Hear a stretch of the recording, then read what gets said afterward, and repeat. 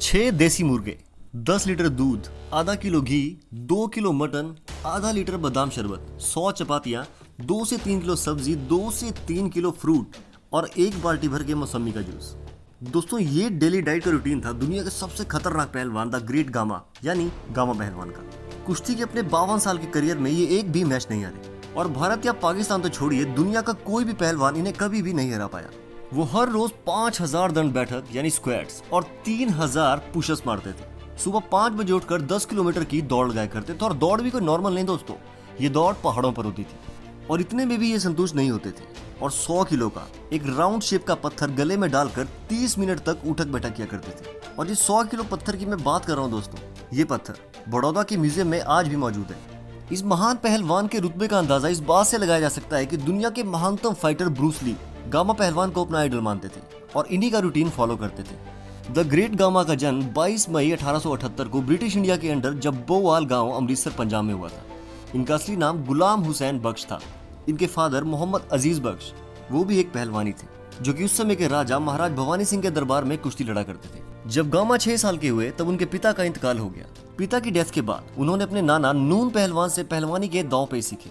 Gamma पहली बार सबकी नजर में तब आए जब वो 10 साल के थे। उस वक्त जोधपुर के सबसे ताकतवर शख्स की खोज के लिए कुश्ती प्रतियोगिता रखी गई, जिसमें एक से एक जबरदस्त 400 पहलवानों ने पूरे भारत से हिस्सा लिया। उन प्रोफेशनल पहलवानों के साथ साथ 10 साल के गामा ने भी कंपटीशन में हिस्सा लिया और सिर्फ हिस्सा ही नहीं लिया बल्कि वो टॉप 15 पहलवानों में आए। 10 साल के बच्चे को 400 पहलवानों के बीच टॉप 15 में देखकर जोधपुर के महाराज हैरान रह गए और बच्चे की बहादुरी देखकर राजा ने गामा को प्रतियोगिता का विजेता घोषित कर दिया। इसके बाद से पिता की तरह गामा भी दतिया के महाराज के दरबार में पहलवानी करने लगे। 1895 में जब वो 17 साल के थे तो उन्होंने उस वक्त के कुश्ती चैंपियन रहीम बख्श सुल्तानी वाला को चुनौती दे डाली, जो गुजरावाला पाकिस्तान का सबसे खतरनाक रेसलर था। रहीम बख्श 7 फुट का एक लंबा चौड़ा पहलवान था, जबकि गामा 5 फुट 7 इंच के 17 साल के बच्चे थे। लेकिन फिर भी ये कुश्ती का मुकाबला कई घंटों तक चला और आखिर में ये कंपटीशन ड्रॉ रहा। 1910 आते आते रहीम बख्श सुल्तानी वाला को छोड़कर गामा भारत के लगभग सभी बड़े पहलवानों को हरा चुके थे। इंडिया में अनडिफीटेड रहने के बाद गामा ने पश्चिमी पहलवानों के साथ मुकाबला करने की ठान ली और अपने छोटे भाई इमाम बख्श के साथ इंग्लैंड चले गए। लेकिन कम हाइट की वजह से इंग्लैंड की रेसलिंग फेडरेशन ने इन्हें रूल्स के मुताबिक एंट्री नहीं दी, पर गामा पीछे नहीं हटे और अब इन्होंने इंग्लैंड के पहलवानों को खुली चुनौती देना शुरू कर दिया और ये अनाउंसमेंट कर दी कि वो 30 मिनट के अंदर अंदर किसी भी वर्ग के 3 पहलवानों को चीत कर सकते हैं। पर किसी भी पहलवान ने इस बात को सीरियसली नहीं लिया। इसके बाद गामा ने वहाँ के सबसे बड़े पहलवानों स्टैनिस्लॉस जब्शिको और फ्रैंक गॉच को ओपन चैलेंज करते हुए कहा कि या तो वो मुझसे फाइट करें या फिर चैंपियनशिप का विनिंग अमाउंट मुझे दे दे। गामा की चुनौती को पहली बार अमेरिकन फाइटर पहलवान बेंजामिन रोलर ने एक्सेप्ट किया। इस फाइट में गामा ने रोलर को सिर्फ 1 मिनट 40 सेकंड में ही पछाड़ डाला। रोलर की ईगो हर्ट हो गई और उसने एक बार फिर से गामा से फाइट लड़ी, पर इस बार भी उसको गामा के आगे घुटने टेकने पड़े और सिर्फ 9 मिनट 40 सेकंड में एक बार गामा ने फिर से उसे पछाड़ डाला। रोलर को हराने के अगले ही दिन गामा ने 12 इंटरनेशनल फाइटर से कुश्ती लड़ी और सबको हराकर ऑफिशियली टूर्नामेंट में एंट्री ली।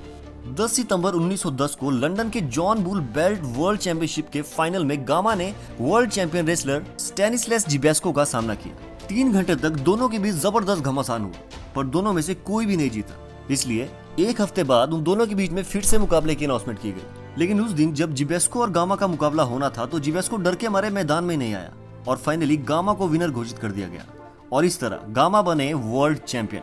कहते हैं कि बेंजामिन रोलर के साथ फाइट के दौरान गामा ने सिर्फ 15 मिनट की लड़ाई में रोलर को 13 बार उठाकर पटका डाला था और रोलर लगभग अधमरे हो गए थे। दुनिया के प्रसिद्ध पहलवानों को हराने के बाद गामा ने उन लोगों के लिए चुनौती की अनाउंसमेंट कर दी जो वर्ल्ड चैंपियनशिप के लिए खुद को नंबर 1 कंटेंडर मानते थे, पर गामा के आतंक की वजह से इनमें से किसी ने भी उनकी चुनौती को एक्सेप्ट नहीं किया। इसके बाद वो भारत वापस आ गए और एक बार फिर से रहीम बख्श सुल्तानी वाला को चैलेंज कर दिया, पर इस बार मैच ड्रॉ नहीं रहा बल्कि गामा ने सुल्तानी वाला को हराया और रुस्तमे हिंद का खिताब अपने नाम किया। एक इंटरव्यू के दौरान जब गामा से पूछा गया कि इतने लंबे रेसलिंग करियर में सबसे मजबूत कॉम्पिटिटर कौन रहा, तो गामा ने उत्तर दिया था रहीम बख्श सुल्तानी वाला। साल 1922 में इंग्लैंड के प्रिंस ऑफ वेल्स ने भारत यात्रा के दौरान गामा को सम्मानित किया था और उन्हें एक चांदी की गदा भी गिफ्ट की थी।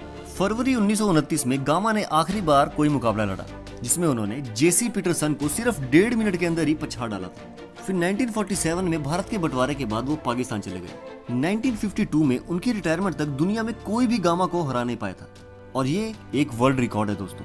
अपने आखिरी दिनों में गामा को अस्थमा और हार्ट प्रॉब्लम का सामना करना पड़ा और फाइनेंशियली भी उनकी हालत ठीक नहीं थी।